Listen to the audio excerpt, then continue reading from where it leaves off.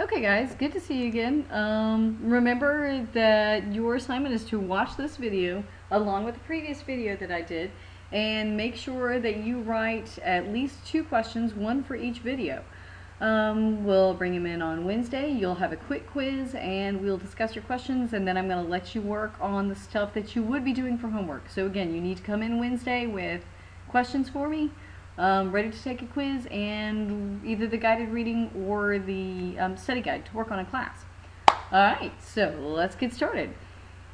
This is going to be the Cold War in a little bit less than 15 minutes or so, I hope. Alright, let's start out and talk about the concept of Cold War. We've done that a little bit, but what exactly is a Cold War? Clearly it's different from your regular war, because in a Cold War you don't have the same kind of fighting that you do. Cold War, technically speaking, is a war of propaganda, the threat of force, and sometimes the use of force. Instead of having 2 different countries fight each other, it's 2 different ideologies. Now, in this case, the ideologies were definitely spearheaded by the Soviet Union and the United States, but it's still, technically, it's a war of ideologies, not necessarily a war between countries all the time. So how do we get to the Cold War? Well, it starts after World War II, when there are only 2 superpowers left. After World War II, again, everybody else is bombed out. The Soviets did do the scorched earth policy, so that kind of puts them back a little bit. But by 1945, the only countries with money and a military to back are the Soviet Union and the United States. So you've got us, and you've got the United States. All right. I should go back through real quick and mention the United Nations, because again, they were the ones that were set up to deal with the problems between us. United Nations, located in New York. If you remember, though, we talked about that before in the previous video. Why is the UN relatively ineffective in the Cold War? Do you remember the slide? This was when we were talking about the UN Security Council, and the idea is that on the UN Security Council there are 5 permanent members. Each of these members has the right to veto each other. So the Soviet Union could veto the United States initiatives, and the United States could veto the Soviet Union. That's mainly what happens in the Cold War an awful lot, so it creates deadlock in the UN. So the UN during the Cold War really doesn't, it's not the factor that we had hoped that it would be. Alright, so let's go on back to the Soviet Union. So we know that they control all of these countries over here. How does that happen? How is it that, I mean, it's already a big, pretty big nation anyway. How do they get all these independent nations over here? Well, again, on the previous video I had this slide up. It's the Battle of Stalingrad. Remember, in the Battle of Stalingrad, the Nazis lost, so as the communists are chasing the Nazis back into Germany, they are replacing the Nazi officials in East Europe with their own communist officials. So these poor little Eastern Europeans replace Nazi officials with communist officials. Who would you rather have as your dictator, Hitler or Stalin? I would think the answer would be neither, but they clearly weren't given that choice. So by 1945 or so, they had East Germany, which we discussed, that had been divided. The Soviets were controlling East Germany, Poland, Czechoslovakia, Hungary, Romania, and Bulgaria as satellite states. Technically, these are all independent nations right here. Every single one of these has an independent sovereign government, but all those governments have to report to Moscow. So again, they can't really do anything that the Soviets don't want them to do. This sets up your Iron Curtain. Again, that was in the previous video. Everybody on this side of the Iron Curtain is controlled by the Soviet Union. Everybody on the side of the Iron Curtain is not. No, it's not a real curtain. It's just a term used for the dividing line. So yeah, there's that. Okay, I know what you're thinking. You're thinking, but King, we had this gigantic bomb in 1945. We used it rather effectively.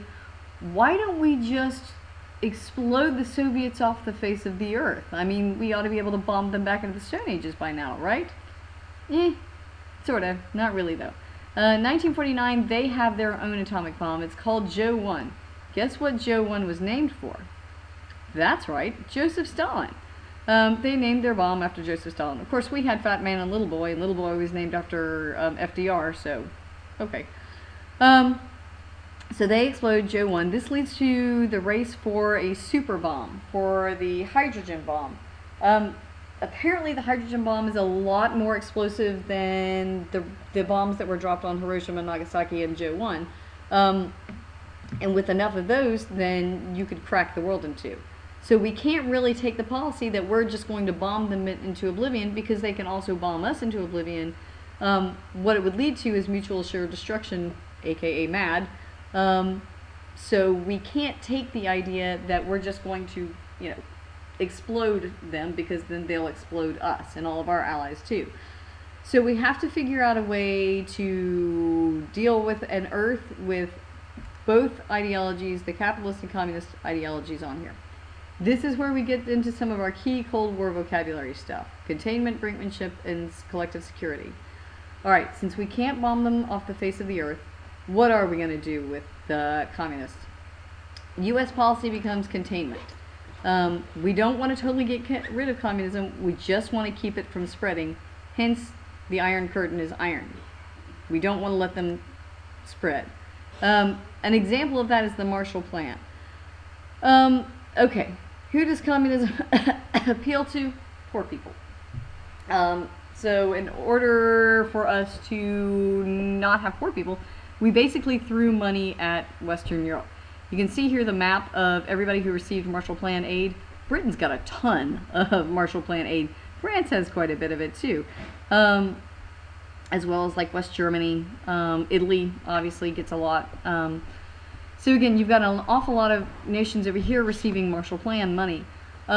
We actually offered Marshall Plan money to Eastern European countries over here. They weren't allowed to take it because the Soviets wouldn't let them. The Soviets actually had their own little economic aid package for these guys. I'm guessing they probably didn't give them as much as the Marshall Plan would have. But again, if these guys had wanted to take Marshall Plan money, they couldn't, because they were being controlled by the Soviet Union. Other good examples are Korea and Vietnam. Both of those are where we were trying to contain communism from spreading. Not as much successful as we'd wanted it to be, particularly in Vietnam. But the idea is we're trying to keep the communists from spreading. So again, those are two good examples of our attempt at containment. Brinkmanship is the other big vocab word you need to know. Willingness to go to the brink of war, but not actually go to war. Best example is the Cuban Missile Crisis. This is when Khrushchev, the Soviet Premier Khrushchev, had missiles going to Cuba. We actually found out that there were missiles planted in Cuba, which is like 90 miles off the coast of Florida. They were pointed at us. Everybody kind of freaked out about it. The U.S. president was John F. Kennedy at the time, and he basically told the Soviets, hey, look, if you continue to put missiles in Cuba, then we're going to fire our missiles at you. Everybody freaks out for a little while. Oh no, we're going to go to war. Supposedly we go toe-to-toe with the Russians, and they blink. They turn around and they withdraw the missiles from Cuba.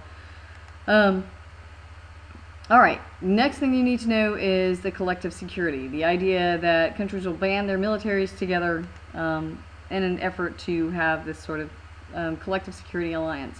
You've got NATO versus the Warsaw Pact. Obviously everybody over here these guys are banding together with NATO. These guys are Soviet-controlled Warsaw Pact. Moving on. Okay. So that's containment, brinkmanship, and collective security. Okay guys, we're almost done here. Let's go through some of the Soviet premiers and we can end. Alright, so Joseph Stalin dies. Finally. Weirdest death ever. He had a cerebral hemorrhage, which I'm not sure if that's the same thing as a stroke or not. He dies of cerebral hemorrhage. The way his daughter recorded it was, he said some nice things and then he laid down and died. And then a minute later, he like sat up and started looking around and pointing around the room, and then he laid back down again. Creepy, the Russians. I don't know. You got Stalin and you got like Rasputin. They don't die easy. All right. Nikita Khrushchev takes over afterwards. He's got this big speech. As soon as he takes over the control of the Communist Party, which means he's essentially head of the country, he has this big, huge speech called the Secret Speech. It's like a 2-hour-long speech where he basically says, hey, Stalin wasn't a nice guy. We should empty the Soviet camps. You know, we should go back from Stalin's policies. After the speech, nobody clapped. I don't know if they were afraid that Stalin would come back out of the grave and, I don't know, eat them or what. But anyway, nobody clapped. But he's got kind of an interesting sort of duality here. He keeps touting peaceful coexistence, but he's also the one in the Cuban Missile Crisis with President Kennedy. 1959, the Soviets launched Sputnik. You know how you have to take a lot of years of math and science? Yeah, that's because of Sputnik. When the Soviets launched the first satellite, Americans sort of get scared that, oh no, we're going to lose the space race, and so they start upping the math and science requirements for high school students. Thanks. Oh my gosh, it's Eyebrow Man. Alright, Leonid Brezhnev takes over afterwards. Whoa, come back, Brezhnev. Come back, Brezhnev. There we are. He's got this policy of détente, I think, because the realization is starting to hit the Soviets that an arms race is extremely expensive, and the Soviets really weren't able to fund the arms race and consumer goods. So he embarks on a policy of relaxation of tensions. Then he invades Afghanistan in 1979, so much for relaxing tensions. Interesting side note, when he invades Afghanistan in 1979, the United States government funded the Soviet resistance movement, the people who were anti the Soviet Union. Those people later turned out to be the Taliban. Okay, maybe not our best move there, but we didn't know.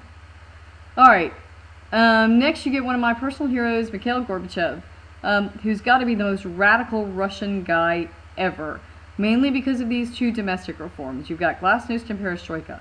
Glasnost means openness, it's freedom of speech, where the Russians actually can print things in Soviet newspapers that are actually anti-government. You can actually criticize the government. This is the first time the Russians had had this, I think, ever, because certainly they wouldn't have been able to speak against the government during the Tsars. Obviously not Lenin, definitely not Stalin, and I doubt during Khrushchev and Brezhnev. So this is really the first time the Russians have any kind of freedom of speech. Perestroika, economic reforms, loosening the communism, decentralizing the economy. The problem is Glasnost worked really well, but Perestroika was kind of slow. So you've got an economic reform that was good, but it wasn't quite radical enough, and you have the freedom now to complain about it. So the Russians start engaging in the favorite American pastime, which is complaining about the government. Other international reforms that I think are pretty huge is he let Eastern European nations withdraw from the Warsaw Pact. His position was, we'd like for you to stay in the Warsaw Pact, but you don't have to. So all of these guys over here in red, all of them in 1989 decide, hey, I don't want to be controlled by the Soviet Union anymore. I want to be my own sovereign nation again.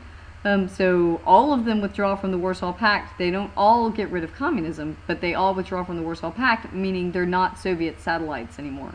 So 1989 is a huge year in Europe because it's the year that the satellites aren't satellites anymore. They pull away from the Soviet Union. Previously, if you tried to do that, then the Soviets would roll in tanks and shoot you. Gorbachev said, if you want to withdraw from the Warsaw Pact, bye-bye.